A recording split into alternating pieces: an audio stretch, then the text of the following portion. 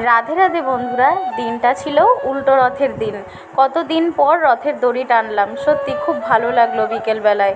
তারপরে চলে গেলাম মেলায় মনাকে নিয়ে আর আমার ননদকে নিয়ে। মনা এখানে হলুদ পাঁপড় খাবে না, তাই সাবুর পাঁপড় খাচ্ছে, ওটাও খুব টেস্টি ছিল।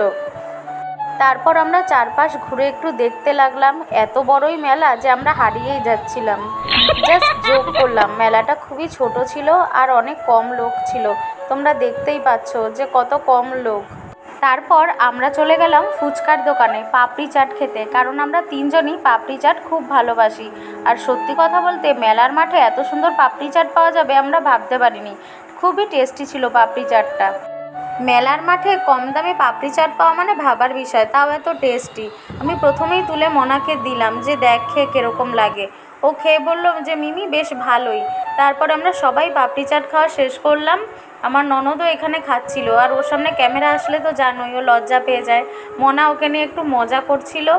এর মধ্যেই দেখলাম যে ওদের পিছনে যে রাইডিংটা ছিল, মানে নাগরদোলনার মতো, ওগুলো ঠিক নাম জানি না, ওগুলো চলা শুরু হলো।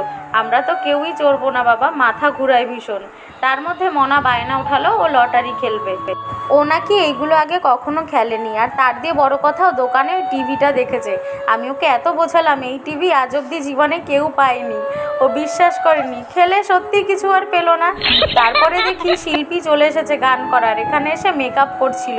আমরা রথ দর্শন করছিলাম আর পাশের গাড়িতে শিল্পীর মেকআপটাও একটু দেখে নিচ্ছিলাম। তারপরে চলে গেলাম জিলিপির দোকানে। জিলিপি খেতে কার না ভালো লাগে, গরম গরম ভাজা হচ্ছিল, তাই আমরাও নিয়ে নিলাম, অল্প করেই নিয়েছি। মনার এইখানেও বায়না শুরু, ও নাকি বোঁদে খাবে। আর এইদিকে জিলিপি যে ভাজছিল ওই কাকুটাও একটু পোজ দিয়ে দাঁড়িয়েছিল, ভাবলো যদি ভাইরাল হতে পারে। সন্ধ্যাবেলা পিউ পাস্তা আর কিছু সস নিয়ে এসেছে, এনে বলল যে বৌদি একটু পাস্তা বানাও, খাবো।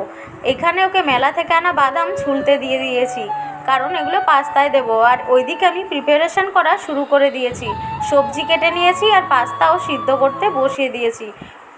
আর যা যা লাগবে সেই সবও রেডি করে রেখেছি, যেমন সবজির সাথে সাথে গ্রিন চিলি সস আর সয়া সসও রেখে দিয়েছিলাম। ওর ভাই এমনিতেও আমার কাছে রোজ বিকেলে পড়তেই আসে, তো আজ না হয় টিফিন করেই বাড়ি ফিরুক। ব্যাস, আমাদের পাস্তা রান্নাও রেডি হয়ে গেছে, আর ওরা খুব আনন্দের সাথে খেয়েছে। তোমরা জানিও তোমাদের ভিডিওটা কেমন লাগলো। ফেসবুক থেকে দেখলে ফলো করে দিও, আর ইউটিউব থেকে দেখলে সাবস্ক্রাইব করে দিও। আর লাইক, কমেন্ট, শেয়ার, সাবস্ক্রাইব করে পাশে থেকো। টাটা।